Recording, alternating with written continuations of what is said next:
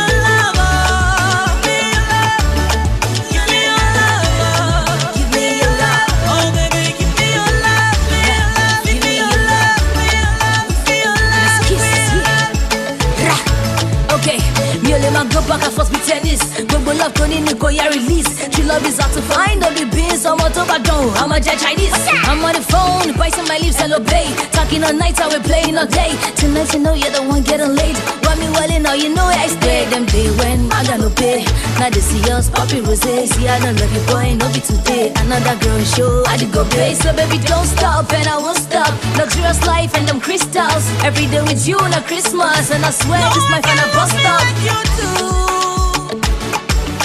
Kiss me like you do. No one can do me like you do. Love me like you do. Yeah. I'm not gonna leave you longer. I'm gonna sing you halala. I'm gonna make you jolly. Yeah. You're my honey.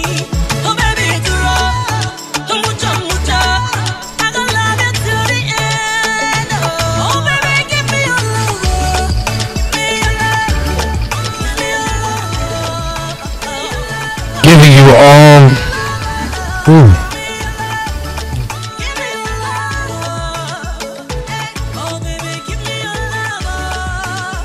giving you all their love.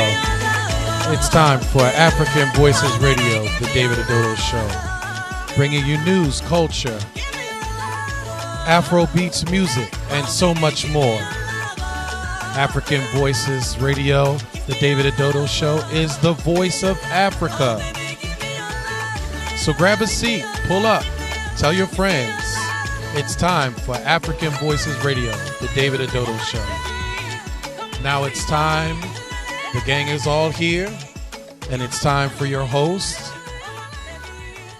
Floats like a butterfly, stings like a killer African bee, known as the Prince of North America, Tunde Phillips.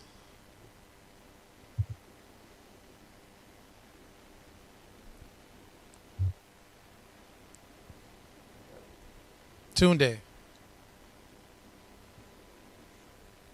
you're live. Hi, Jason.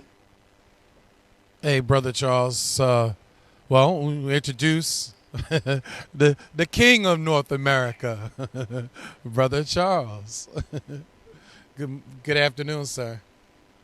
I don't know what's going on with Tunde. Can you hear me? Guys, can you hear me?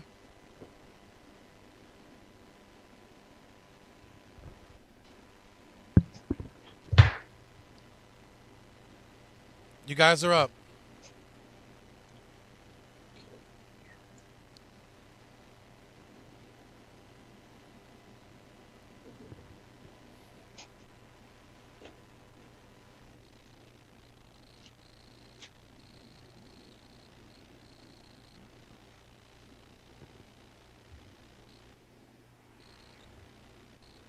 Can you guys hear me? Hello? You guys are up.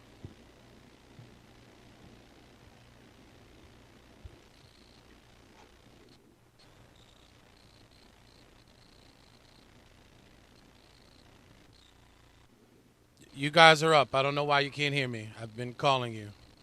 We couldn't hear you. We just hear you now. Okay, you want to do the intro?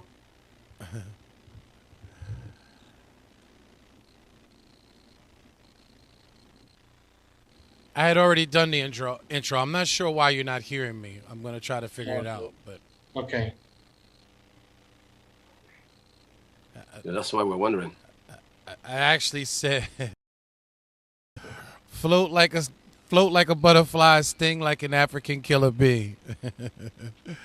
It's time for Prince Philip.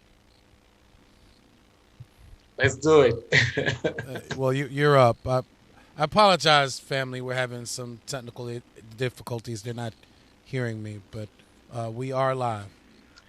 All right. Good evening, ladies and gentlemen, and welcome to another edition of our show, the David Adodo Show on African Voices Radio.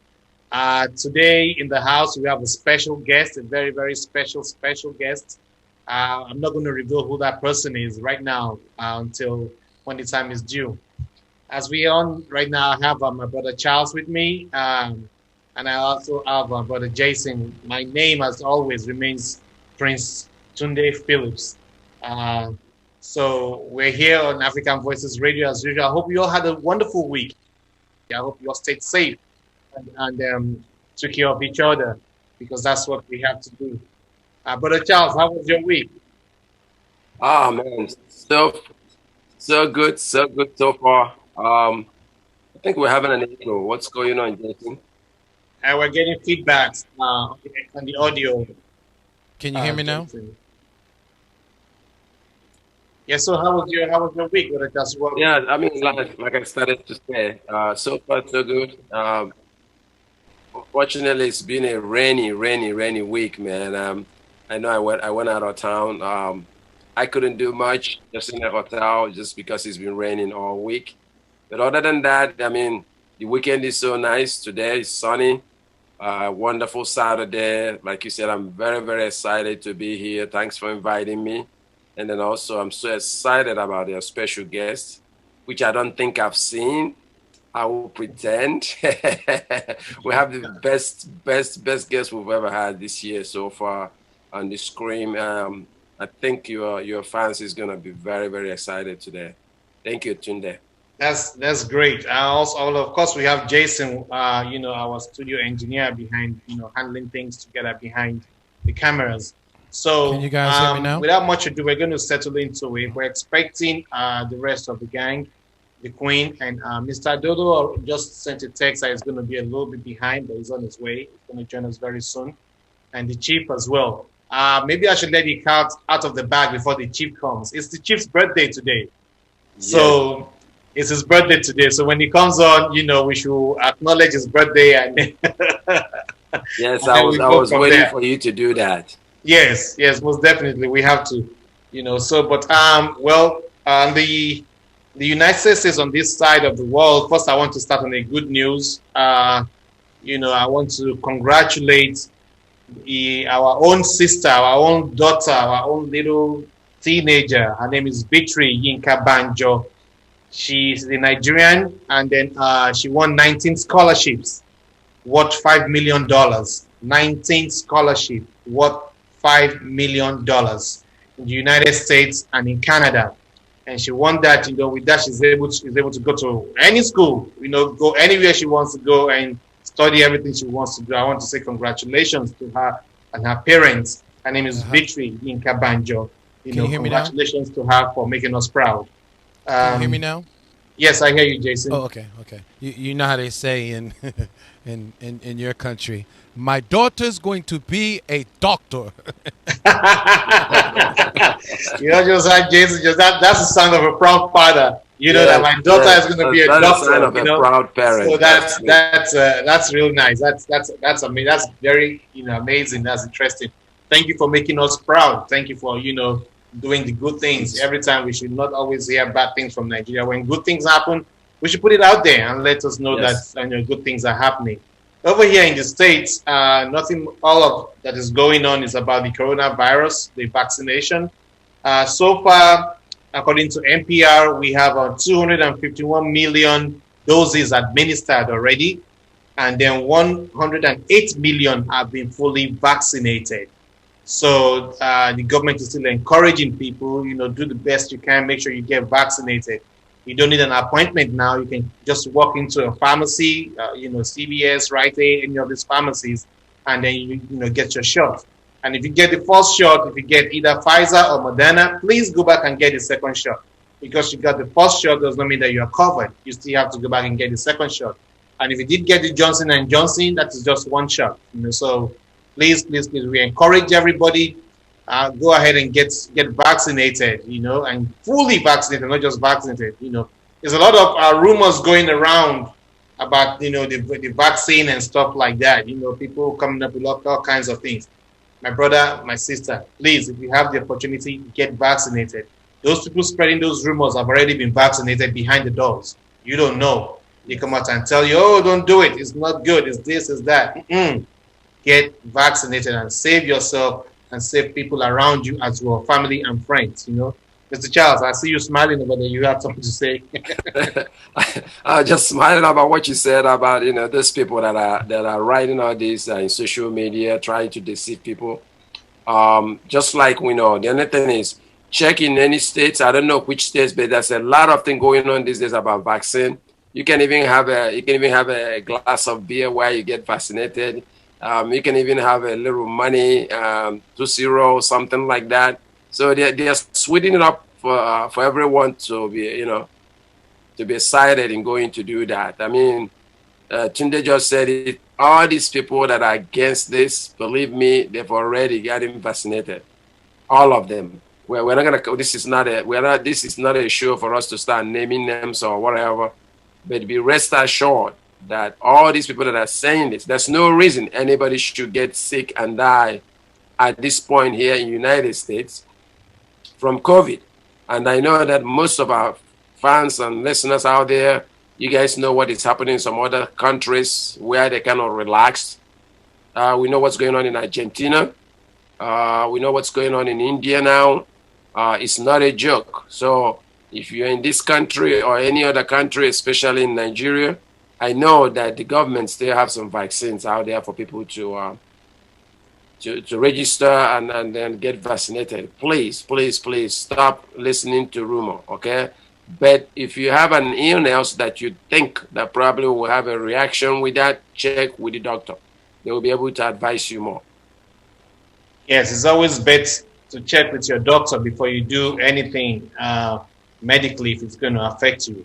And also, there are so many incentives that have been put up by what Charles is saying.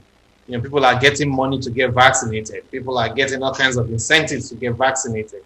So, I mean, let's do this so that we can all, be vaccinated and before the fall comes, before it starts to get cold. Because once it starts to get cold again, that's a different scenario. We don't know which way it's going to go. Well, at least if you're vaccinated now, you have some kind of protection before it gets, cold. So I encourage everybody out there to do the best they can and try to get vaccinated. So without Mr. Charles, so how was your week? How did the rest of your week go? So far going very well. Like I said, the weather is nice today.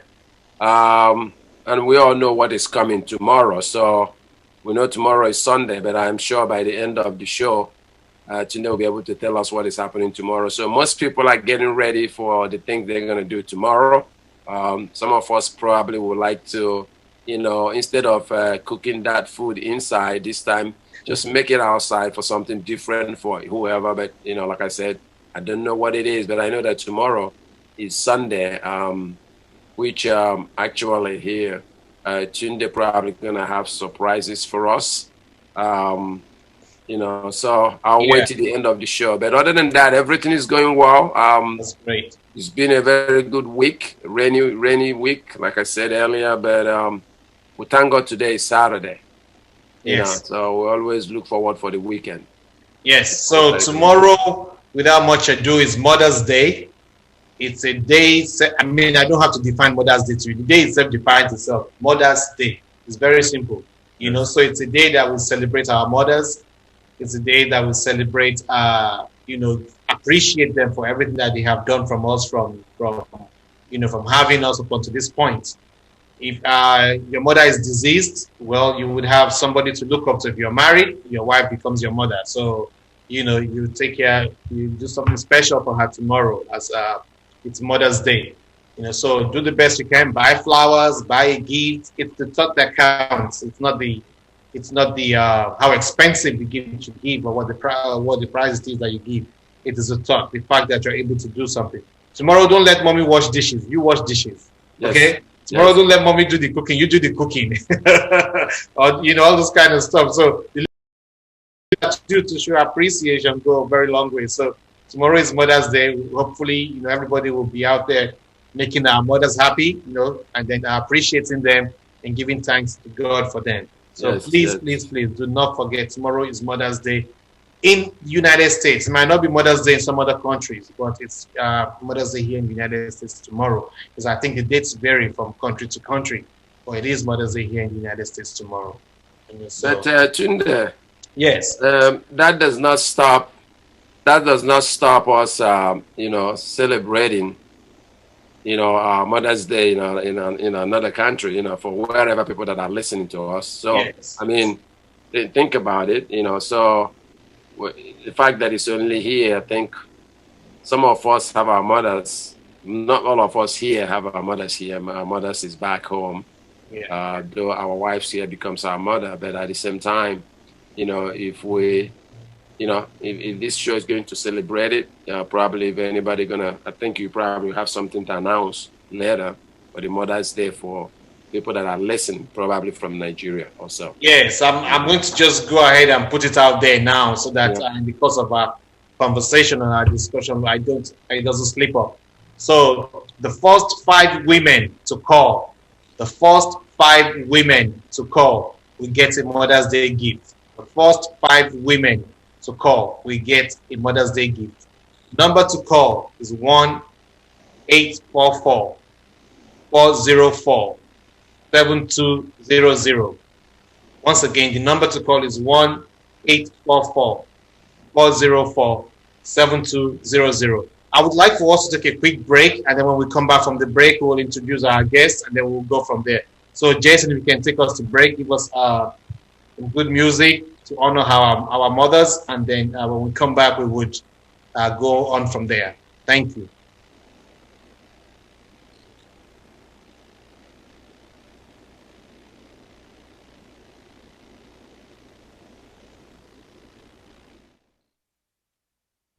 You're listening to African Voices Radio. It's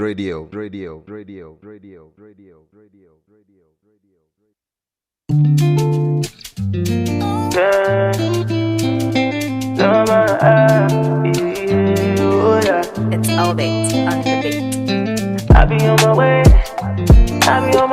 to you. No matter where you there, I'm still there for you. Na na na na na na na na na na na na na. Yeah. Bama no go shout, oh, Bama go surgery. When you come around, you shut the man down, cause of your body, Baba no go die unless nobody rubo. Baba no go live unless nobody mujo. Nobody go ever fit to down duro. Oh sure, diamonds on my neck, I know that's the thing you like. Oh, tell me your location, baby, say make a turn on. Nobody go ever fit to down me duro. Say for your case, oh. See us have been dodging the popo, but I no get any in the ghetto. When I day outside, I be the bang bang, I call me the bang bang. I say for your case, oh. See us have been dodging the popo, but I no get any regret, oh. Now you they give me confidence, oh. Yeah. Oh, when I day outside, I be balotel. Yeah. Anytime you call, I go pon no. Girl, I go banana for you. When I day outside, I be Machiavelli. Yeah, only me we got this is to make you calm down. Yeah, if you the reason, as I the reason, then you gonna say every little thing I dey do now for you. Every little thing I dey do now for you. Yeah, if you the reason, as I the reason, then you gonna say every little thing I dey do now for you. Every little thing I dey do now for you. Say for your case, oh. See as I've been dodging the popo, but I no get any regret, oh. When I day outside, I be the bang bang, I call me the bang bang. I say for your case, oh. See as I've been dodging the popo, but I no get any regret, oh. Now you they give me confidence, oh. Bye, oh.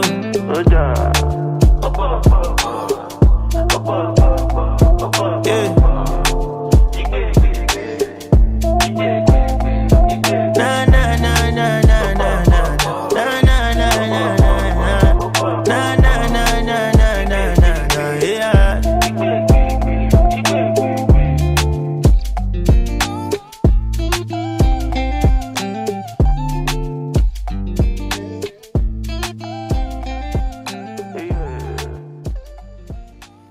All right, Jason. Thank you. We're back from our little break. I hope everybody's having a good time on the show and enjoying the show. At this point, I would like to introduce our special guest. Our special guest has quite an extensive resume. So I'm just going to go ahead and read a little bit of his resume so that to introduce him to everybody. Our special guest is Mr. Akinfadeyi. Mr. Fadeyi is the founder and CEO of Akinfadeyi Foundation. Mr. Fadeyi holds a Bachelor's of Art degree in English and Literary Studies from the Obafemi Awolowo University in Ile-Ife, and a postgraduate degree in International Law and Diplomacy from the University of Lagos in Nigeria. Mr. Fadeyi's professional skills cut across public relations, media relations, capacity development, leadership, strategic thinking, and non-profit management. Mr. Fadeyi, again, like I said, you're welcome to the show, Mr. Fadeyi. It's good to have you here. Thank you very much. It's my pleasure to be here. Welcome to the show. Mr. Fadeyi, once again, runs an NGO, in Nigeria, the Akinfadeyi Foundation, which has done a lot of things in Nigeria that's made him our guest for today. We are interested. We want to know what energizes this man. What gives you, what's the inspiration? As bad as things are in Nigeria, when I read all the things that you have done in Nigeria online, and I hear from people from Nigeria, I'm like, what gives this man? How does this man wake up every morning and do all these things that he does? Mr. Fadeyi. Yeah, thank you very much. I really appreciate it. Let me start by saying hello to everyone, Mr. Charles Obekwe, Mr. Jason Rodriguez, and of course yourself, and my very special regards to Mr. Charles Adodo and Mr. Lasheni, who kept chasing me that I must be Egbeyemi or Lasheni. You kept it's been over me for about 3 weeks. Such a very humble man, Now, what drives me is patriotism and love for that country. You understand that anywhere we go in the world, we really can't call anywhere home if we're not deceiving ourselves.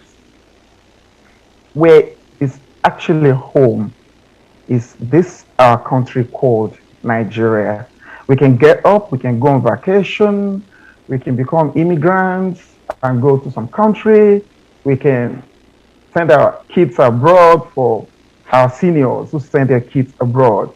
But there's that emotional, cognitive attachment to your mother tongue. And if that country is not well, if that country is sick, psychologically, you will be sick. So I sit down in Nigeria and I look at WhatsApp messages that fly up and down.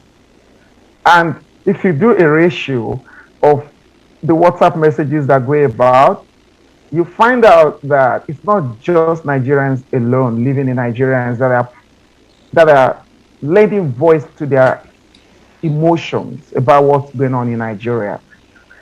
Most of the messages you see as forwarded many times, actually come from the diaspora. People talking about the different issues we're grappling with.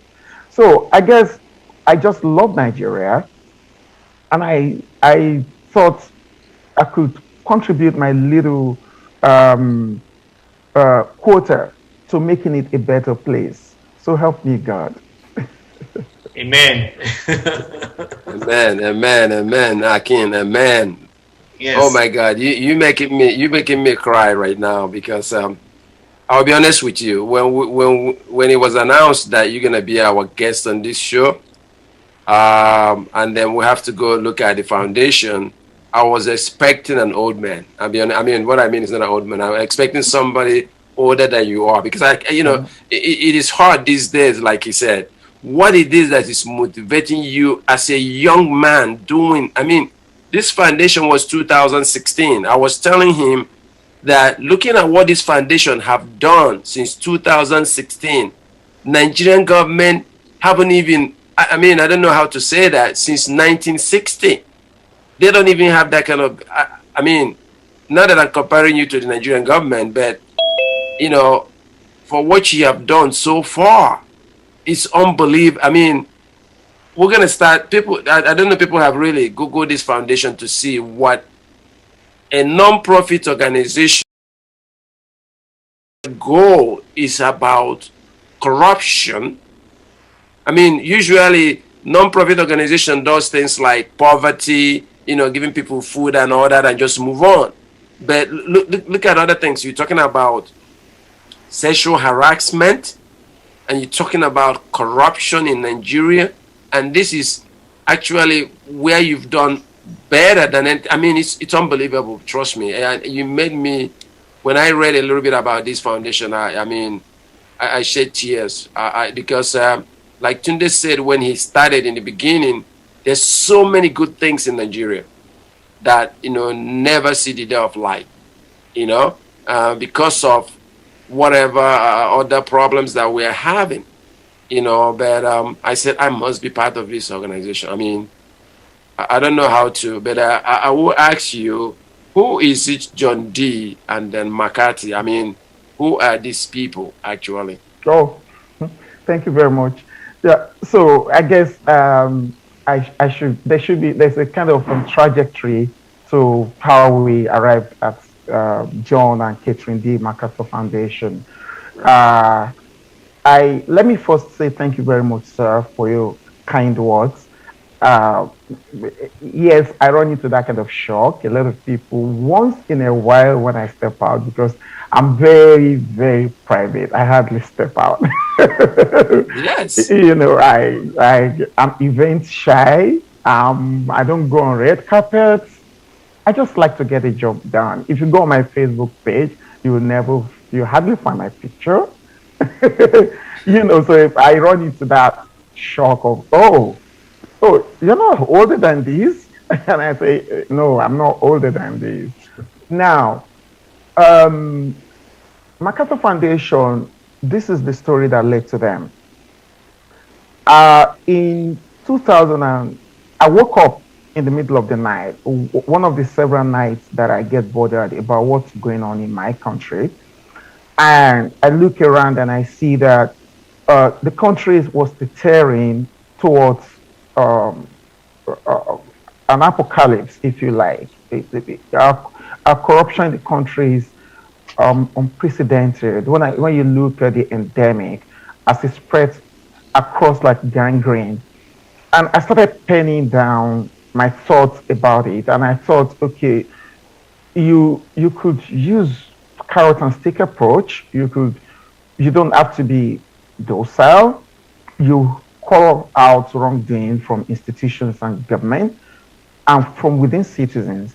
But again, you can also think of collaborating to get them to do the right thing. So I started penning down my thoughts. What's the best way to fight corruption? Then I asked myself a question. Listen, who are those we refer to as corrupt people? Leadership. That's what we always point to. Oh, Saraki is corrupt. Oh, Jonathan is corrupt. Oh, Buhari is corrupt. Then there's what development work does to you. It makes you do what we call critical interrogation of issues. And that is, okay, is this the end point of what you're talking about? Or are there other issues surrounding this? And my own critical thinking was, all right, so Jonathan is corrupt, Buhari is corrupt, all of them are corrupt. But where did they come from? They are all byproducts of our nation's systemic decay. They didn't drop from heaven. They didn't drop from outer space.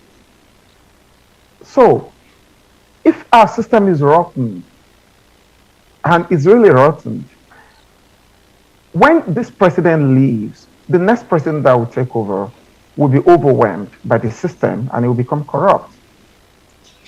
If you put the most religiously revered man in Nigeria in Aso Rock, I'm not sure it will survive 1 year before becoming corrupt.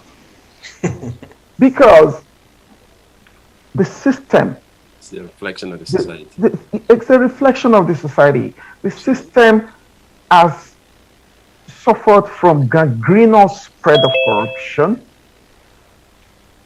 A lot of people believe in believe in the fast lane, get rich quick, and so you now produce a Nigerian that will get to power, that will not be corrupt. It's a tall dream. So I said to myself, what's the next thing to do? The next thing to do is begin to call out corruption from amongst all of us. And so I started penning down my thoughts that, okay, why don't we start with drama parodies? Nigerians love drama. They love to watch. If you write anything that's intellectually challenging today, before it goes around 10 people, a joke has gone around 100 people. So I started making it appear like parodies, satiric work against corruption, calling out the different things we do wrongly. Because all of us can step out and say, oh, I am clean. Oh, I'm very clean. But what do we do when we shut the door in our exclusive proclivities? So I wrote those things 1 minute, and I've been privileged to manage some high-end consultancies. So I saved the money, both within organizations in Nigeria and international organizations. So I just saved all the money, and I said I was going to invest this money on fighting corruption. And a friend asked me, are you crazy? You could invest this money in building a massive hotel in a choice location, and you'll be making money. You could buy property, 2, 3, and you'll be making money. And I said, when you build all of these, one day, the corrupt system in Nigeria will set it up in inferno. Let's revive this nation. So I produced about 30 commercials against corruption at a go. Got credible Nigerian artists that are well respected and well followed, because it's not every artist, again, you can use, because they are very vulnerable and susceptible to scandals, right? So the screening process was huge, the auditioning process. And I said to them, you know what, guys, I cannot pay you what the MTN, the Globacom of this world pays you, but I'll pay you something respectable. I need you guys to join this. And we locked them down for about 6 weeks, feeding them morning, afternoon, night, getting them to act each scene and paying them. And then on the 3rd of May, 2016, I launched it for the media. And it was it was flattering, the kind of welcome, rousing welcome we got from the Nigerian media. Like, you know what, this is a game changer. You're taking this into people's homes because you're producing what they can download on their phone and watch they can watch on their TVs. So it's not just you're going to communities to talk about anti-corruption. How many communities will you cover in Nigeria? So hit the message directly into people's hearts. Throw it at their faces through their TV boxes. And after we launched it, I started talking to TV organizations. The ones that could partner me partnered me. The ones that I needed to pay what we call airtime, I did so. And before I knew it, I had invested close to 200 million naira. Because media buying is huge in Nigeria. It's heavy. You also need to get a lot of newspapers to write credible articles on this. And so, but again, I got a lot of good help. It wasn't all paid for, but some were heavily paid for. And when that was done, by August 2016, we saw this opportunity with the European Union. And it was a combined opportunity with the European Union, United Nations Office on Drugs and Crime, and United Nations Development Program. They were, you know what? We'd like to support through our pen support to anti-corruption projects in Nigeria. And we were privileged to be shortlisted. And the money they gave was $100,000. I reinvested everything back into the campaign. We trained schools. We went around close to 200 schools in Nigeria. We identified that they were a very vulnerable sector.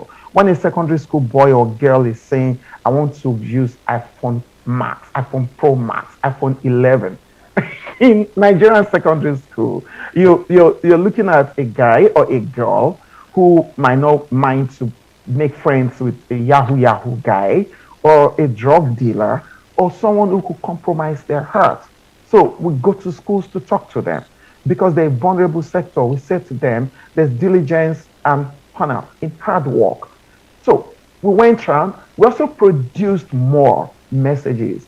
By September, I was approached by MacArthur Foundation. That's the John and Catherine D. MacArthur Foundation to say, oh, you're doing a very good job. We'd like to strengthen your capacity by sending you to a 1-week all-expense paid course in Harvard. And I thought that was very honorable and kind of them. So I was in Boston, Massachusetts.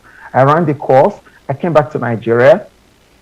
And, I got new insights into how to fight corruption, psychosocial factors, and the fact that if citizens are poor, how do you navigate the messages of corruption around poverty? We learned all of that, and so it helped to redesign the messages. It also helped us to understand the monitoring and evaluation of this project. How many people are listening to you? What impact are you creating? I will talk about that later as we move on. After I arrived, about November, MacArthur Foundation read an editorial opinion at the back of this day, written by the publisher of Cable, Mr. Simon Kolawole, that Corruption Not in My Country by Akinpade Foundation is the ultimate anti-corruption war. He called it a game changer. And MacArthur said, you know what, we're interested in this. And they funded it the more. And I think within a period of 3 years, they funded us with about $500,000. And we plowed everything into the work. We produced 30 minutes drama. We produced a lot of radio programs. We went deep into hinterlands in Nigeria to bring intervention to a lot of the vulnerable sectors in the society. And I think they were impressed with the work we did. We were also able to launch technology as an approach to empower citizens to report corruption, encounters of corruption. And we brought interventions to these reports. We called out a lot of institutions. We stood against them, even at the risk of our lives sometimes. And here we are. I think I answered the question about MacArthur. Extensively, Mr. Fadi, very extensive. Yes. Thank you so much. While you were talking, a couple of people that are also part of this program came in. First and foremost is Chief. How are you doing, sir? I'm very well, thank you. And then while you were away, I let the cat out of the bag. I told everybody that it's your birthday. So happy birthday, Chief, on behalf of everybody else, everybody on the show. To all the fans and listening, everybody out there, it is Chief's birthday. So please call in to wish him happy birthday. Or you can also go on Facebook and send him birthday wishes. I've been responding to people on Facebook. Thank you very much. I appreciate. Happy birthday, Chief. Wishing you many more years. Good health. I listened to Mr. Akinfade and I'm so impressed. Yes. We are just started. He just gets started. Yes. It's unbelievable. It's unbelievable what this young man have done. The thing is, I think looking at what he just said, how so far the government of Nigeria accepted your ideas and all that. What have they done? Have they tried to to work with you, to be able to have this message? Because that is really a powerful message, and that's what Nigeria needs. Yes, especially the National Orientation Agency. That's an agency that should be working with you, that should be collaborating with you to get stuff out at the national level. Thank you. Thank you very much, sir. I guess before I answer that question, I should wish Chief a very happy birthday. To pray for him that God will continue to keep him alive. I guess the only reason I'm able to be on this platform is because he has invested himself into social development courses. And I always say that you can pray to be successful, but praying to be successful is not enough. Praying to be wealthy is not enough. What you should actually be praying for is to be fulfilled. And when you run projects that have direct impact on the people, there's nothing that gives you fulfillment other than that, more than money. So what Chief has done here, or what he's doing here, is very encouraging, very commendable. And I'm very proud of him. And I wish him very long life so that he can continue to scale up platforms like these to achieve credible engagement and robust engagement within this space. Happy birthday, Chief. Thank you very much, Mr. Fadi. You see, there's something about you you don't know. Let me quickly tell you. Progress Okuk, our mutual friend on Facebook, she's been wonderful. And the things we talk about you, the things you do, we are so proud of you. Very proud of you, Mr. Fadi. Very, very proud of you. You are doing very wonderfully well. And the things you're doing for humanity, for progress, for Nigeria is great. The last one you did that I know, the man who was killed in Ibadan, who was killed in the police cell, I followed you and I cried. I saw what you did about it, and to God be the glory. I congratulate you for all the things you're doing, Mr. Fadi. Thank you, sir. Thank you very much, sir. That's wonderful. Yeah. That is wonderful. Right. So, to answer your question,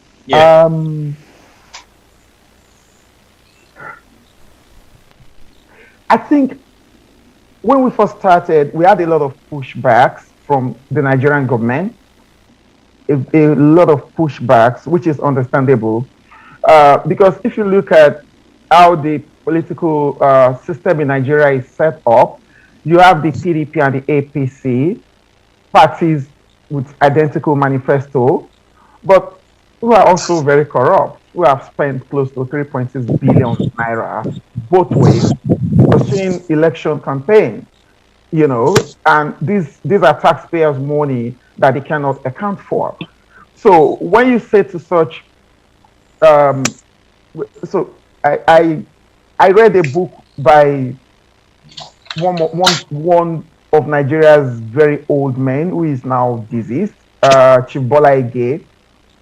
I was I must have been a toddler when he was alive. Well, but I read some things about him, and I was laughing the day I saw one of where he said some political parties in Nigeria were fingers of a leprous hand. you know, so what we have again in Nigeria today are two fingers of a leprous hand. So when you take anti-corruption war to them, there will be the usual pushback. But I just didn't give up.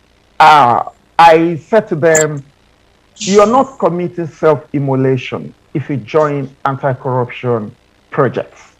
We know you're not doing the right thing. We know governance is amputated, but you still need to allow us to strengthen your capacity.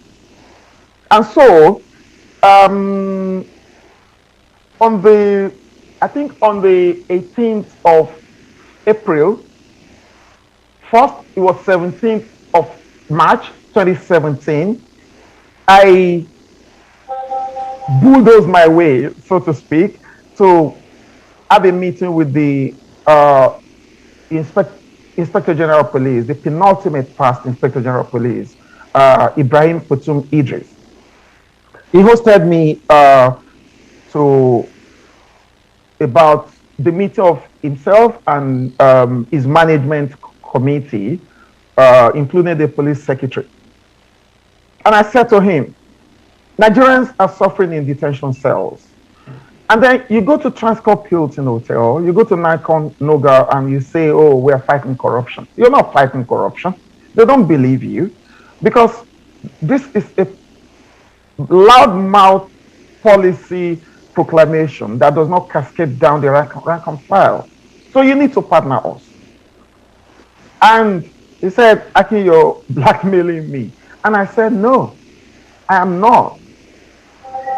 I let him know that when we launched Corruption Not in My Country, we went around a lot of barracks because we'll go deep into the barracks, we'll go to police divisions and make friends with assistant commissioners of police, with some commissioners of police, with DPOs, we'll fight, we'll settle, they call it norming and storming. But I said, all of them, if you talk to them, they want a security architecture that is foolproof, that is good. They said they will not be corrupt if you just put the right things in place. So let us work together. And so the IG approved that, okay, we should campaign against corruption together. And he approved that Dolapo Badmos, the PPRO for Lagos then, and Jim Omoshood, who was the federal PRO, to become like model actors. And we produced anti-corruption messages with them, with Saka, Nigerian very good artist, Femi Adebayo, all of them. And again, we put it on TV. And then we launched it at the International Conference Center in Abuja. It was attended by the diplomatic community, United States Embassy Director of Policy on Anti-Corruption and International Narcotics, Rosalind Weiss was there, UNDP was there, a whole lot of international development organizations were there. After we did that, the IG made a pronouncement that Nigerian policemen should blow whistle against corruption. This is verifiable if you just Google it up. After we did that, we walked up to the DG of National Orientation Agency. You need to join forces with us. We will continue to finance how we get on TV. We will continue to get organizations to support us when the money is too much for us to pay. But by all means, indicate to Nigerians that you are partnering. So he partnered. So Nigeria, National Orientation Agency of Nigeria partnered. When we got on, after we launched Floodit app, because as we started campaigning against corruption, I thought it was time to scale it up. And so it's difficult for people to get up from their homes. and go to police stations to report acts of debauchery. It's difficult for someone who was robbed or who was shortchanged by a road safety official, FRSC, who says, bring your license, you give him, bring your this, you give him, bring your that, you give him. Then he says, okay, open your boot, I want to see this, I want to do that. The constitutional mandate of FRSC is just to maintain, is just to make sure that our roads are fine, right? It's just to make sure that, certain processes are met by our drivers, right? They're not even the ones that fix the roads. It's Federal Road Maintenance of Nigeria, Federal Road Maintenance Agency. But you find out that some road safety officials still take bribes. So we thought, you know what? Nigerians won't get up to go report corruption because they know when they do so, they won't get justice. Number two, the system will frustrate them to the extent they'll get discouraged and go back home. So we designed the Flag It app. So with Flag It app, in the comfort of your bedroom, you can report corruption. And as you're reporting, we're seeing it on our portal, in our office. And you're getting a case receipt immediately. And the moment you get that case receipt, we are going after the organization you have reported. And that was how we were able to get, imagine, it was a family in Ibadan. Someone just told them, oh, your breadwinner has been killed. There's a Flag It app by Akipade Foundation. You can report on it. They said, we don't know how to do that. We're not technology savvy. And he said, don't worry, I'll help you. And he helped them to report it. And we saw it. And that's how we went after the police. And as I speak with you, we've succeeded in getting that case to Human Rights Tribunal in Oyo State. That family has made 3 appearances. And for Oyo State government to recognize them, I personally went after Afrobeats Babalola Chambers to say, this is happening in your state. So we need you to give us pro bono legal service. We will pay for all the logistics. We'll pay for every other thing that is involved. But we can't pay 15 million SAN fee. And Afrobeats Babalola, they jumped on it. And so the family will get justice. The police, they've been lying, they've been doing all they could do. But we use Flag It app to track everything that happened. We have documented evidences to the day they went to the house of the man, 22nd July 2020, how they arrested him, 1 a.m., how they got to the first police station where they incidented the report, 1:17 a.m., how they got to State CID Yagoku, 1:43 a.m., when they pushed him into the cell, 2:05 a.m., when they started hitting him with the butt of the gun. We have it all. And by the 5th day, 5 a.m., he died. We have it all. We put all of that to the tribunal, and the police, they are running helter-skelter now. Now, Nigerian government will step out to say, oh yeah, we are partnering with you. But deep within them, they're not happy that you're calling them out. The Inspector General of Police was not happy that we called out his men who killed Mr. Kende Omotosho in Ibadan. The Inspector General is not happy that one Jumoke Ode, that's our name, who was raped in Ogun State, and that one of the ASPs was trying to frustrate the case after it was reported on Flag It app, and we called them out. The IG is not happy about that. Many of them are not happy, but we got to do what we got to do. We have a job to do, and we will do it. And we've told them, listen, the worst that can happen to us is you send hit squads to take us out. But because it's a movement, because it's a process, because it has now even included technology, we're not afraid to die. It will continue. People know now that they can report on Flag It app. And the moment they do so, the process leaks it on social media. Automatic. So, even if you kill me, this process is running. So we said that to them. Now, on the 19th of October 2019, we approached the Corps Marshal of the Federal Road Safety Corps to say, your men are stealing. Your men are robbing Nigerians. Your men are stepping out of their core mandate. And Joint technology. Let's work together. And he said, I'm ready. And that was it. We launched the Flag It app with the Federal Road Safety Corps. We've received more than 109 reports on officers.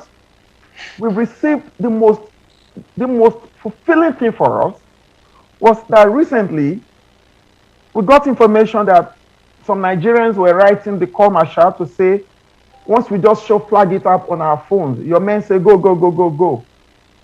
They received the last letter from Edo State, from one Mrs. Okobi, you know, and to our surprise, January this year, just this year, you can Google this up in newspapers. The Corps Marshal of Federal Road Safety Corps announced that they received so much reports on the Flag It app designed by our foundation. It has helped them as citizens' feedback, and now they've decided that they're going to be using all these reports. They will deploy them for policy framing issues in FRSC. That's a big result for us, because when your project is beginning to influence policy reform, when it's beginning to shape policy agenda, then you know that your evaluation is scaling up. Then you know that you're impacting your society. Then you know that you're impacting your world. Yes. I guess I should stop for now. When we talk about women who are vulnerable that we've been able to rescue, I'll talk about the partnerships we've been able to lock down right now with the Federal Ministry of Women Affairs. Wow, yeah, I was going to go into that section with the women because it's Mother's Day tomorrow, and so we have to acknowledge that, and we also have to make mention of your work with the women and how you're going about it. While we were still on, talking, Mr. David Adodo joined us. Welcome, Mr. Adodo. How are you doing? Also, the Queen also joined us. That is so when we say happy birthday to the chief, we also say happy birthday to the Queen, because the Queen is responsible for the chief looking that good on his birthday. Queen, how you doing? You're muted, Queen. Can you unmute yourself? I'm sorry. I actually joined quite early before you started, before even Chief joined, but I joined with audio because I just left my job, like I said, and I'm so happy to be here again this afternoon. It's already afternoon here. David Adodo Show is what we do. We educate people. We showcase people that are really making impact on the society. And I'm happy for the kind of young man we have on the show today. I'm so pleased because if I see young Nigerians that on top of their game, that doesn't care who God is on, they are out there to make a positive impact, to see that our country is running the way it should run. I doff my cap for you, Mr. Kifade. You're doing so wonderfully well. I'm so impressed because, like, some people of our age might be scared of, maybe what government is going to do. I don't want to be locked down. I don't want to lose this one. I don't want to lose that one. And that is what we're talking about. It's the new generation of speak aloud, Sorosophi generation. God bless you. I have a whole lot of questions for you, but let me keep it for now because there's already, say so many things about what you're doing, especially by making sure that people get justice when they have cases with government, which has been a big issue in our society for a very long time. You never get justice, especially where you don't know anybody up there. You're gone. I'm so happy for that. Thank you so very much. I still have a question, maybe one or two questions for you, but let's talk to Mr. Adodo. Mr. Adodo, you're welcome to the show. How you doing, Queen? I know you are very excited. Your husband is on the show, and Chief, I just want to use my own opportunity to say happy birthday, sir. We appreciate you. We appreciate the wonderful things that you do every day, and even the ones that you do on this show. We are extremely proud of you, and we pray that God will sustain you, God will empower you, and we continue to grow in good health, peace, and prosperity. And I'm very happy you have the wonderful lady, the Queen, by your side. And I want to also use this opportunity to also say Happy Mother's Day to all the women out there, not just mothers, women out there. I want to wish you all a happy Mother's Day. God bless you. And the gentleman, Mr. Father, I've never heard of him because, I've left Nigeria so many years ago, and I wasn't following the Nigerian story until this political period, and I'm not very impressed with the government of the day. So that made me to be very interested in the politics of the day. So, and after listening to you, Mr. Father, I'm so impressed. I wish I was like you when I was your age, with the things that you do, and so many things that you have elaborated that you are involved in, the anti-corruption and justice for mankind. I'm very keen. I'm very passionate about respect for humanity, respect for women, the rule of law, and I'm very proud of you. I'm very happy that you are doing those things. God bless you. Thank you. Amen. Thank you, sir. Mm-hmm. Yes. Thank you, madam, for your very kind words. Really appreciate it, and it's humbling indeed. Thank you, ma'am. I'll take your questions as we go on. All right. So before we do the questions, I want to go ahead again and announce to our listeners and viewers that the first five women that call are going to win a gift for Mother's Day. The toll-free number is 1-844-404-7200. Once again, the toll-free number is 1-844-404-7200. So you can feel free to call at any time. We'll take your call even if we are having discussions going on. So, Mr. Fadi, we're all impressed at everything that you're doing, and it does not surprise me that the government of Nigeria will feel, scared of you, that you're doing, you're fighting corruption, which we've always talked about on this platform, that corruption is the killer of everything in Nigeria. The bane of our society. Yes, the blood that runs through the vein of our society is corruption. And then you have decided, to take on that fight. It is not an easy fight. You're doing the best you can with it. I particularly like the flagging app, because I did go online and I looked at it, and that's a very noble idea, that you're able to do that and to get incidences reported. I would wish that the government would not see it as you exposing them, but would rather will partner with you 100% and try to change the focus and reorientate Nigerians towards how things are supposed to be. People now are just used to things being bad. When it is good, they look at you like, what is wrong with you? It seems like it has to always be bad. But with an agency, with the foundation that you have, which you're letting people know that, no, that's not the way. It can be better. This is the way it should be. It's quite laudable, So also, I was also saying that you're doing a lot of work with women, that you try to, because that is when you educate a woman, you educate a nation, believe it or not. Some people might not believe that. They think that women are just there to stay in the kitchen. But no, it's more than that. When you educate a woman, you educate a nation. The woman takes care of the house. We, the men, we go and come. Yes, Chief, Mr. Adodo. Yeah, sorry to interject. Yes. Since we are talking about women, there is a young Nigerian girl. Her name is, Victory Adebanjo. Yes. She has, in her WAEC exam, she scored all A's in 9 subjects. Yes. All A's, A+. And from what I read, this young girl is being offered scholarship in the United States and Canada. Yes. What about between $3 and $5 million?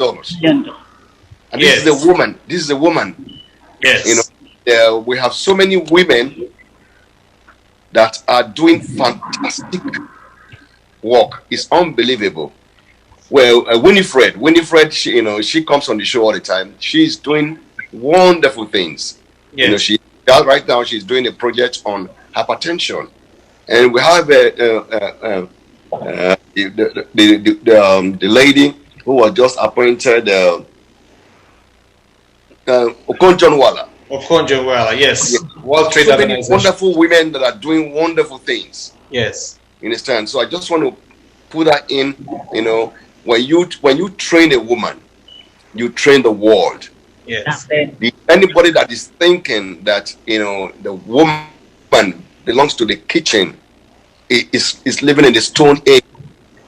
Women are doing great things. They are even, I'm sorry to say, they are even doing greater things than men. The tasks that women do. You understand? I mean, not all women, don't get me wrong, not all women. The tasks that most women do, the very good women do, men cannot do it. They are able to do a lot, at one point in time, they multitask, and you always see, most of the time you see a smile on their face doing all these great things. So I just want to use this opportunity one more time to say Happy Mother's Day to our mothers. Yes, thank you, Mr. Adodo. Thank you, Mr. Adodo. Thank you so much. So I'm going to, Mr. Fide, so you were going to tell us about your work with women and how you've been able to uplift them and encourage them to go to school and do some other things. Right. Thank you very much. Let me first express my gratitude to, can I say Auntie Desola over there, for your... The queen herself. All right. The queen herself, for your very kind words. Really appreciate that. Thank you. When we hear such things from our mothers, where our confidence is bold, the more we are inspired to do more. Thank you so much, ma'am. You're welcome. Yes, ma'am. So, women, let me start answering you by saying this. You need to first think about why did we think, apart from fighting corruption, we also needed to confront the scourge of women issues, women underdevelopment, women attacks, assaults, rape. It's because you can never grow a society that understates the value of women. Like Chief said, empower, educate a girl, and you've educated a nation. Right. And if I just say, oh, we're taking up the issues of women because of the XYZ, without giving a background to it, I'll be doing a disservice to that topic. And what's the background I want to give to it? The indicators for fragile states all around the world are 12. Let me just pick 5 of them. Let me speak to 5 of them. Human rights, public services, demographic pressures, internally displaced people, and security. These 5 things I've mentioned, these 5 indicators, I've only mentioned 5 out of 12. You have cohesion, you have politics, you have socio-political issues, you have psychosocial issues, but let's take just these 5 that I've mentioned. How do you think women are fared in terms of human rights in Nigeria? When you see policemen assaulting women, slapping women, there was a time we were carrying out a research in 2015, and we found out that a particular police station in Nigeria called Area C in Surulere, Nigerian police would go raid at night, 10 p.m., 11 p.m. They'll say they're arresting prostitutes, commercial sex workers, whatever that means, whatever arresting them means. Then they'll pack them with women who are just coming from work. Maybe nurses who just closed from work, afternoon shift, who closed 9 p.m., who suffered in traffic and just got to Ojuelegba at about 11 p.m. God knows where they're coming from, the distance. Nigerian policemen will pack everyone, raid them, lock them up. Then when it's 1 a.m., 2 a.m., they go into those cells. They tell them, allow us to sleep with you so you can get your bail. They rape some of these girls in the cell. So the prostitutes just say, look, it's just like any other night. It's just like any money. Do what you want to do and let me go. Nigerian policemen will rape a lot of these women. And that's how they also rape innocent women who are just coming from work. Under the threat of the gun, which woman will say no to a policeman who wants to rape him in the cell? And then they will let them go in the morning. So, human rights, how have women fared? Public services, how have women fared? What really is a woman able to enjoy in the Nigeria of today? Chief mentioned Progress Oku the other time. One of the very, very, very, very versatile women I respect out there, who started a fashion line from the scratch, from nothing, and has built it to what it is today. Once in a while, when I promote our work on Facebook page, people don't understand. Everybody go, what do you have with anti-progress? And I just smile. I say, I'm encouraging. They say, Akifade, of all people, why are you pushing? How is she even lucky to know you? And I laugh. And I say, I'll promote any woman that is struggling to make ends meet. Nobody believes that I've never met progress in my entire life. As I speak. I'm in Lagos, she's in Abuja. If progress comes to Lagos and she's saying, Aki, where are you? I want to meet. I say, oh, I traveled out. I'm on Romy. But as she said, does she have light to run that fashion business? No. She has to power on generator. We have these conversations many times. Does she have water? What does she have? Nothing. And progress will still be afraid to say, I've been banging this sewing machine all morning. Let me take a walk to stretch my back. She'll be afraid to do that for fear of being kidnapped. So security, she fed? Nothing. Demographic pressures. Internally displaced people. Women are being raped there in exchange for food. Yeah. In 2019, we partnered the Red Robots project, which was quickly put together by Progress. She said she wants to partner with Akifade Foundation to do this. And do you know why? Nigerian girls, because they needed sanitary pads during menstruation, they will have to go meet some men who lure them to sex and then give them sanitary pads that costs how much? So we have to go buy sanitary pads and donate to a whole community. So when you look at the indicators, 2021, latest 2021 Fragile State Index, Southern Sudan is ranking 113.1. Nigeria is ranking about 98.5. Nigeria is on the list of fragile states. And our population today is 211,407,708 people by conservative estimation, because those are those that showed up for census, right? Yes. Yeah. Now, how do women fare in all of this? That's why at the foundation we said we're not just going to be fighting corruption alone, we're also going to be fighting the cause of women. And so we encouraged women report corruption, report sexual assault. And do you know what happened? Sometimes last year, while COVID locked the world down, some students of Afe Babalola University, big boys who have very rich parents, They've constituted themselves into a cartel of cyber bullies. They'll tell young and vulnerable girls that they want to organize a beauty pageant, and the girls will fall for it. And then they'll say, you know what, before you can qualify for that, you need to send us your nude pictures. We need to assess you.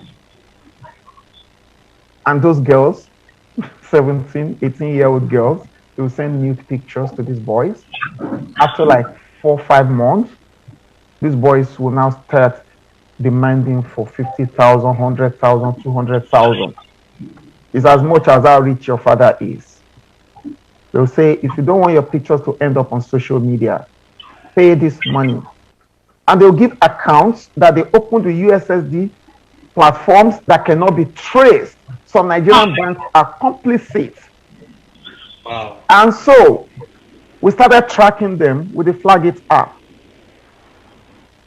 Some girls blew the whistle.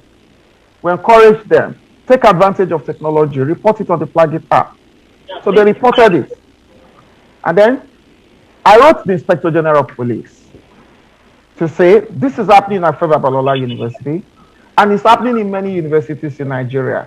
But we're going to use these boys in Afeba Balola University as the scapegoat, irrespective of who their parents are. And then I shut down my phone. I don't want, because it's easy to pick my number online. I don't want any parents to call me. I don't want any inducement. Take 50 million. Come and take a land in Lekki. Those are my children. Don't touch them. I don't want it. So we went after these boys, and then we found that they're children of the high and mighty in the society. But it's been reported on technology. Their names are there. So we approached Afeba Balola University. We would like to press charges, and we need you to join us to press charges. They say, oh, how do we get the boys? They're in this university, but it's difficult to get them. We said, don't worry. We paid to Interpol. Interpol was playing games right in the office of the Inspector General of Police. Then we went through the back end to get some police officers who would track these boys for us. No matter what it cost us, we did it. And then, 25th October last year, we got the kingpin, the cartel leader, arrested. We got 3 other members of that cartel arrested. And then their parents started calling those who know me. And I said, it's on technology. Even me can't help it now because it's there. And part of our evaluation is, have we pressed charges? So as I speak, we freed those girls, and the case is in court, Federal High Court 2, Ekiti. The boys are now facing justice. We are going to get them to go to jail. Under the Nigerian law, cyberbully is between 3 years to 7 years imprisonment, 15 million naira payment in damages. We've done that successfully. This wasn't happening before in Nigeria. Yes. Because you can't even provide evidence. But with technology, it's difficult. As I speak with you, we have all the WhatsApp messages of those boys to those girls. We tracked everything, evidence with which we would nail them. Now, within that same 2020, because, you know, COVID-19 opened the door for sexual offenders corruption, cyberbullying, cyber stalking, online scamming. So within that same year, a very big player in the education sector reported on the Flag It app to say, my daughter is being cyber groomed. And we said, how old is your daughter? She said 13. So what's the problem? She said, one boy is 19-year-old, will tell her daughter to strip herself naked and masturbate. He will send the video, she will send the video to the boy will put it on Instagram. So we said, report to the authorities. She said she can't do so, that she's a big player in the education sector. It will become scandalous for her. We said, okay, don't worry. We went to the back end. We tracked the father of that 19-year-old. Huh. It was me that sent the WhatsApp messages. He didn't reply. Sent text messages. He rebuffed us. He didn't talk to us. Okay? So we wrote a letter to the Honorable Minister of Women Affairs, Mrs. Pauline Tallen. And I said to her, Honorable Minister, we are going after someone, but the Nigerian government will come after us. Because the person we are going after, our investigation shows that the father of this boy who is cyber stalking a 13-year-old girl is the defense attaché of an embassy in Nigeria. And you know that's a diplomatic community. Nigerian government cannot do anything to them. They will claim immunity. And because I have a master's in international law and diplomacy, I understand that clearly. But we're an NGO, we push barriers. We don't have boundaries. And we are backed by international organizations to do the job we do. So I said, Minister, please, you will hear the noise, don't step in. Because we will join your ministry together as being complicit in not protecting Nigerian minors. She said, Aki, I'm behind you. Go after whoever this is. And fortunately, I had leverages because I once consulted for the United Nations, and the Honorable Minister, I was privileged to be a trainer, a facilitator. UN hired me to train some politicians, female politicians in Nigeria on gender equality. So this minister was the deputy governor of Plateau State then. She was my student. So it was a smooth flow. We got the defense attaché. He said, no, my son cannot do it. We said, your son did it. Oh, how can you prove it? We just gave him all the evidences on Flag It Up. He said, oh, that was the end. He was begging. And so we said we would press charges. It was the woman who reported that said to us, if you go to court, my daughter is just 13. The society we live in, it will become a social stigma issue for her. Yeah. We say, okay, don't worry. We will bring this defense attaché to the table. We will bring his PA to the table. We brought all of them to the table. A director in Ministry of Women Affairs was there, and they signed for us a legally binding non-disclosure document that if that girl becomes a commissioner in future, they're not going to use her nude pictures as a 13-year-old to blackmail her. If she becomes a minister, she's safe. No matter what she becomes, nobody will go exhume those videos to extort money. We succeeded in doing that. The embassy signed off on it for us, and we have the document as we speak. We've saved that girl's life to our future. But it's easy to talk about these results.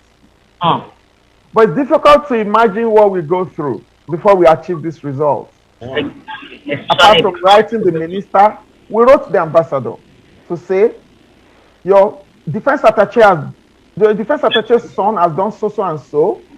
He has also shared the news with his friends in other countries. Wow. We called them into the meeting to tell them we will send them to jail.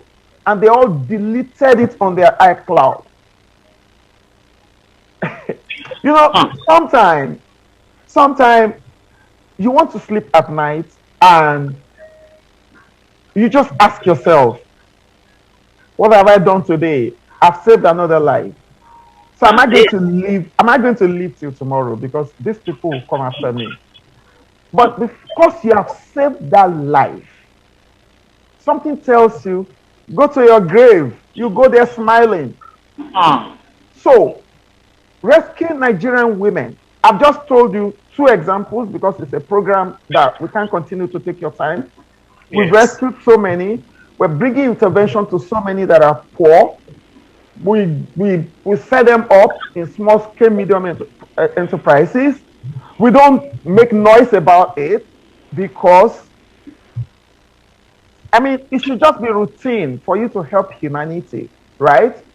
And for as long as you understand that there's something called there's something called duty bearers and right holders. Duty bearers are those who hold authority. Right holders are vulnerable citizens.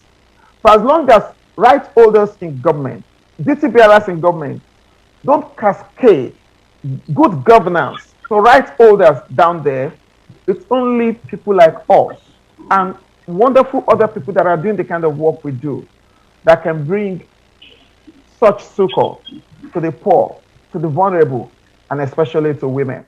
And happy Mother's Day, Queen. Thank you. Thank you, Mr. P. Let me quickly ask you the question is boiling in my heart. Initially, you were talking about corruption and what you have done so far in educating people, especially the young ones in school. Because I always believe that the adults, they are very difficult to get certain things out of their mind. Knowing fully well the kind of society we have in Nigeria, it's a shame. Because like when you talk about Nigeria, you talk about corruption. Corruption is written all over the faces and inside the heart of everybody. How do we get all this new generation, the upcoming ones, because already they are corrupt, either we like it or not. They have this negative heart. What efforts are you making more to educate them, to make sure that they are tending towards the right path? Do you have, are you bringing them into your program, to the part of your program, the people maybe you're able to win? Are you bringing them up to make sure to talk to other people when you're going on your mission? Do you put them in your program so that they can talk to other students like that? Thank you very much, ma. Very, very good question and thought-provoking too. There's a project we're about to commence very, very soon, this same year. We've designed to go across Nigerian universities and begin to identify root causes of endemic acts of debauchery amongst the youth. We're going to take credible leaders in Nigeria to go with us to those universities. We've finished the processing of the documents. We've even done the copyright and everything. There's a Nigerian, for instance, Dr. Joe Abba. He's always on Twitter. I've been in meetings with him where he said, I was a civil servant and there was no day I could boast of $10,000 in my account. Why are so many civil servants, permanent secretaries, all of them, why do they get there arrested for 500 million naira, $1 billion and what have you? So we've decided to go around. We'll be taking credible Nigerians to these higher institutions to talk to young ones and unlock the leadership potentials in them. Then we're going to be shortlisting using the Flagit app for you to qualify to sit down with a star in Nigeria. It must have been that you have never been accused of cyberbullying, you have never been accused of online scam, you have never been accused of any sexual offenders corruption. So this way, you must also be top of your class, like we are within the first 10. This way, we want to trigger healthy rivalry of academic exercise in schools. We want to trigger moral consciousness, galvanize the competencies of these young ones to shun corruption because they are interested in meeting a Chief Adodo. They're interested in meeting the producer of Radio Roots. They're interested in meeting Dr. Joe Abba. Oh, they're interested in meeting Burna Boy, who won Grammy Awards. We have access to many artists in Nigeria who have good names. We're taking them round. That's number one. Number two, that Flagit app we've produced, man. It was a game changer for us. because the level of reports we receive on it is humongous. We're going to use this Flagit app into a lot of social solution problem solving tool, such that through technology we are passing down certain messages that will trigger that consciousness for Nigerian young ones to begin to know that they can become presidents tomorrow, they can become governors tomorrow, they can become commissioners tomorrow. We put all the projects in place, and when we're launching it, we'll definitely talk to this radio station for you to see what we're putting in place. So for you to ask me this question, it's almost like you were there like 6 months ago when we were designing this strategy. Yes, Mr. Akin. Thank you so much. I do, looking on your website, I see that you also have a thing up for volunteers. How can people reach you? Is there a website where you go to sign up? Or how do people reach you? It's akinfadeyifoundation.org. And we're actually launching another website in a couple of weeks. And we will, so the website we have now, we've received a lot of volunteer notifications on it. We take them on, they work with us. Even the guy that designed our last website said, he wanted to volunteer. But again, we ended up paying him like 100,000 naira because we just find it unconscionable to use him, to just use him and then tell him thank you, go in peace and be well fed. So even when we bring people on to volunteer, we still look for means to meet up with their needs, because the truth is a lot of people are suffering in the country. I am suffering too anyway. But again, once they go to that site, akinfadeyifoundation.org, they're able to tell us they want to volunteer, and we take them through our process, which is very, very devoid of nepotism, tribalism, or whatever you. People can also, come on Facebook to indicate on our wall, Akinfadeyi Foundation. It's a community that they like to volunteer. Once we see that they are fitting, we'll take them on. That's great. Mr. Charles, I see you were itching to say something. Yes, I have only one question, because I know we're looking at time also, and I know that I'm not going to get into that because Chief Adodo has to say something. I know he's gonna want me to get up so that he can say something too. But I can't. One thing that I wanted. I know I've asked a lot of questions before everybody came on board. Is you're talking about partnering with some group or some governmental departments in Nigeria. There's one, I don't know if you heard about this show and exactly what you're doing. I've watched the show also. They're doing, just alike, but your own is in different one. They are located in Abuja. I don't know if you have reached out to them or have they reached out to you in terms of partnering, especially with this app that you develop, because they do really get into, human rights and all that. It's called Brekete Family Show. Have you heard about them? Or that's indeed, what have you tried to do with them? Yes. Okay, thank you very much, sir. That's Ordinary Hamed Musa, Mr. Yes. Hamed. He's a very good friend. He's a senior friend. I call him Uncle. Okay. And when we launched the Flagit app, he was so overblown. He said, yes. You know what? This is a good initiative. I like you to even bring the FRSC officials that have agreed to be part of this. He gave us like 1 free week to talk about Flagit app on that show. And it's someone that is just a phone call away from me, and so there are a whole lot of things we still could do together. As I speak with you, I was in a meeting with about 5 NGOs yesterday. AfriCMIL, they do whistleblowing, on corruption. It's led by Dr. Chido Onuma. Yes. Another very senior friend. Primorg is led by Mr. Ohiria Agbonsoremi. I'm not that. There's one guy which also is very passionate about women development, led by Choma Okole, Choma Adiele Opara. Choma is with USAID funded West African Trade Hub in Nigeria.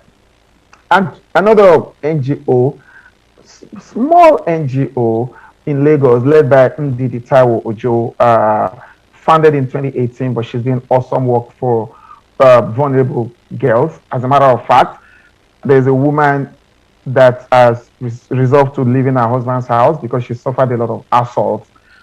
I mean, I just called Madam Ndidi to say, you know what, go without a police station. You are going to handle this for me, because I can't spread things to everything, and she's doing a wonderful job of it. Yesterday, there were a couple of projects I mapped out to those NGOs on a project that we're looking at that is forthcoming. These are very senior people to me, but I just guess I use this opportunity to appreciate them, to show them tremendous respect on air, because they don't look at me like a small boy. They flatter me a lot. They say to me they are wowed by the work I'm doing, and so when I call them for collaboration on any project, they are there. They are always willing. So that's a very vital question you asked, and yes, we're collaborating and will continue to do so. Let me say to that question you asked. You can't do much in Nigeria without pushing the boundaries and ensuring that you collaborate, because Nigeria is in crisis. Yes. Anti-corruption index as of 2020 shows that Nigeria, the amount of dollars that has been filtered away by politicians in Nigeria since Nigeria's independence. I wasn't alive when Nigeria got independence, but at least we read some books, and today we're doing a lot of research. The amount of money that has been filtered away is between $400 to $600 billion. And you want to ask yourself, that would have transformed Nigeria beyond what Dubai is. Beyond what Dubai is. We saw so many countries paying money to their citizens during COVID lockdown. Nigerians were suffering. No government could pay them any money. I gave out 3.7 million naira. 20,000, 50,000, 70,000. I mean, by the time I knew what I was doing, I'd given money to 126 people who could not feed in Nigeria. And they are locked down. They're in their homes. They can't eat. Their shops were locked down. Nigerian governors were locking up palliatives. Nigerian governors were not reaching out to citizens. And so, when you think about what happens in Nigeria, you are moved to tears. We don't have leadership. We just have. It's understandable. It's understandable. People who come to power. We all get moved also. We have people who come to power, and the only thing they think about is, I'll steal for my generations yet unborn. And if the country goes up in flames, I get on the next available flight, I'll jet out. And that's why we need to keep shaping these narratives. That's why we need to keep working for the country. Yes, Mr. Akin, you have nailed it on the head. That is the essence of this David Adodo Show. That's what we've been, pioneering since the beginning of this show. The situation in Nigeria, with the economic, education, poverty, and everything is just chaos. And now we're talking banditry. I call them terrorists. I don't call them bandits. They're just using a nice word to make them look good. They are terrorists, whether they are local or international, they are terrorists. And it is so disheartening, very, very disheartening, that the president, the government of Nigeria, is not doing anything about it. So I understand, we all on this panel understand where you're coming from. This is what we've been talking about from day one when this program took off about a year ago. But I see, Mr. Adodo, I want to try to give you the opportunity to say give the last question before we go into rounding up. Mr. Adodo, I think the gentleman has said a lot. I don't want to, I know, he has said a lot. He has a lot of wealth of experience and he knows what he's doing. I just want to buttress some of the things that he highlighted, during his time of conversation. It is absolutely pathetic. Like Tunde just said, this is what we do on the show. That's what we talk about on the show. We are very passionate about what is going on in Nigeria because we love Nigeria.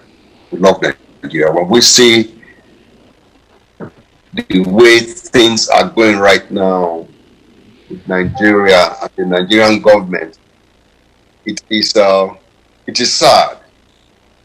We're talking about the rape of women, terrorists and bandits, bandits they will take even a married woman. They will kidnap a married woman, rape a married woman, rape the child and rape girls. Schools cannot open now. Parents are scared to take their children to school. And we have a president.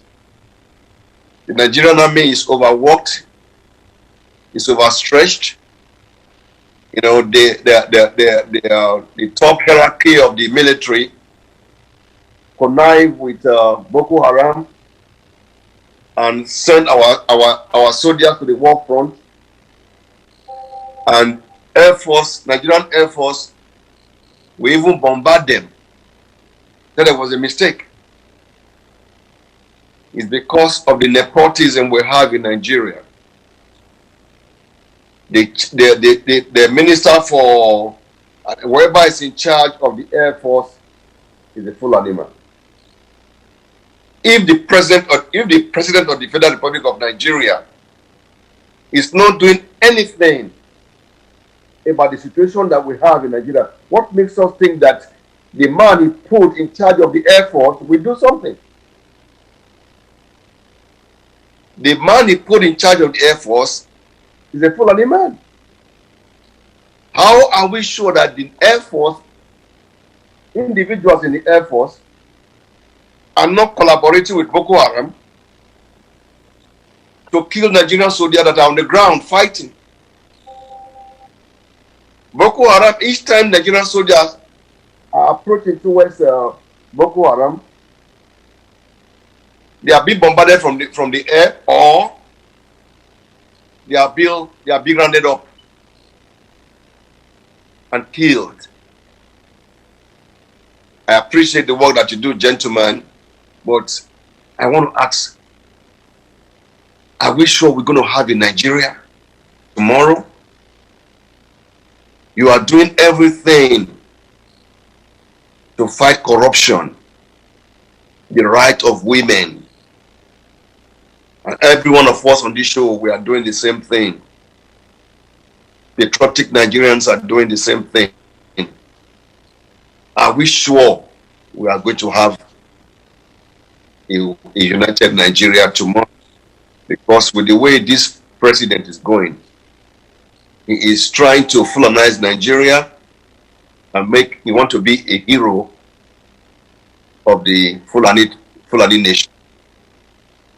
I don't know how the West, I'm talking about the Southwest, I hope they are prepared to fight the war because Boko Haram is coming. The jihadists, the ISIS, Al-Qaeda, all of these people are coming into Nigeria because they have seen Nigeria that we don't have a leader. The soldiers have been demoralized and ammunitions are coming in from the Sahel and they are ready to fight. What we are seeing right now in Nigeria is a child's play. I guarantee you that Boko Haram, if we are not careful, Boko Haram will sweep into Nigeria. It's time we begin to talk to United Nations. It's time we begin to talk to United States. I know United States is right now they are sharing information with Nigeria. Yes, it is good to share information, but we need boots on the ground. We need boots on the ground. I talk to Nigerians every day. We need boots on the ground so that people like you, Chief Fadeyi, will be able to do their work effectively. Thank you very much, and God bless you for the things that you do. Thank you very much, sir. I'll just give a very brief answer. Every nation of the world is difficult to say we can solve the problems of the world, and that includes Nigeria as a case in point. I was carrying out a psychosocial research into what you call behavioral insights to public policy design a couple of months back, and I jammed a report. 26th of March 2020, the Premier of Ontario, Doug Ford, was threatening to lock up a grocery store. Why? Because there was COVID, this high-end grocery store started gouging prices. What you call Lysol, disinfectant Lysol, that goes for about $5 or $6, went to $29.99, about $30. And the Ford said, so many organizations, communities are rallying around to help people who are dying of COVID, and you guys are gouging price. I'm gonna lock you up. As I read that report, I went on Google to search, and I saw the emotions with which he was speaking. But here's the difference. He got up to act. Nigerian leaders, they watch corruption, they massage it, they don't act. If Chief Adodo was Nigeria's president, if my name was Akin Adodo, I can steal for as much as I want. I'll be covered. If I ride my bike out of exuberance and I crash the bike, my father will still spend 56 million naira taxpayers' money to send me to Germany to access medical treatment. In January 2016, January 15, 2016, January 27, 2016, back to back, I was sworn in at Federal Ministry of Foreign Affairs and ASOROC into Federal Government Committee on Lassa Fever Control and Federal Government Committee on Primary Healthcare Development. After like 6-7 meetings, I told the Honorable Minister, Professor Adewale, then that this is not worth my while. I won't come for your meetings again. He said, Akin, you can't do that. Don't let the media write that Akifadeyi is not with us again. It will be, people will start asking questions. What happened? Are we stealing money? I said, don't worry, I won't put it in the media that I can't come again. Because I come for meeting. You lodge me in Chida Hotel.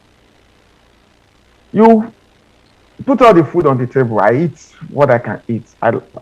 I'm a light eater, very light eater. I eat veggies and some few things. Just like David Adodo too. You guys have things in common. Then I finish. You say, okay, we finished the meeting. I'm going back to Lagos. You say your sitting allowance, 120,000 naira. People are dying in the villages of Lassa fever. I was the youngest and the only corporate technocrat within 14 professors, chief medical director, Iru at Specialist Hospital, Professor Chris Bode of Lagos University Teaching Hospital, all of them, professors. We sit down, Professor Uja, National Institute of Medical Research. We hold meetings, speak grammar. What are we doing for those? How many primary healthcare centers are we building? What are we doing to arrest Lassa fever so that Lassa fever will not come the next time? I said, don't worry, I won't talk to the media. But I'm done. And I stopped going. When Jonathan's government left, DFID United Kingdom report shows $32 billion were stolen. And $115 million were spent to bring him back to power, which he lost. The man who is there now, by the time he vacates power, we will know that, like we say amongst us when we are cracking jokes, by the time we are opening the books on this current leader, we will know that Jonathan's corruption was being pressed on. we can't solve all the problems, sir. If I sit down here to say, oh, we're going to stop corruption in Nigeria, no, we can't. But we will continue to contribute to our quota. We'll fearlessly continue to pursue those who are undermining the peace of the society by stealing public funds. We will call them out boldly. We will continue to fight.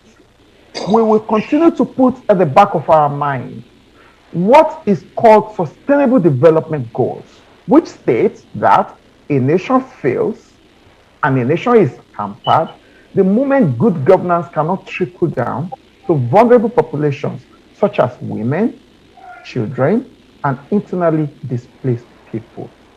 When we do this, and you're doing something too, when all of us just continue to do this, it will trickle down one day and it will become a pool.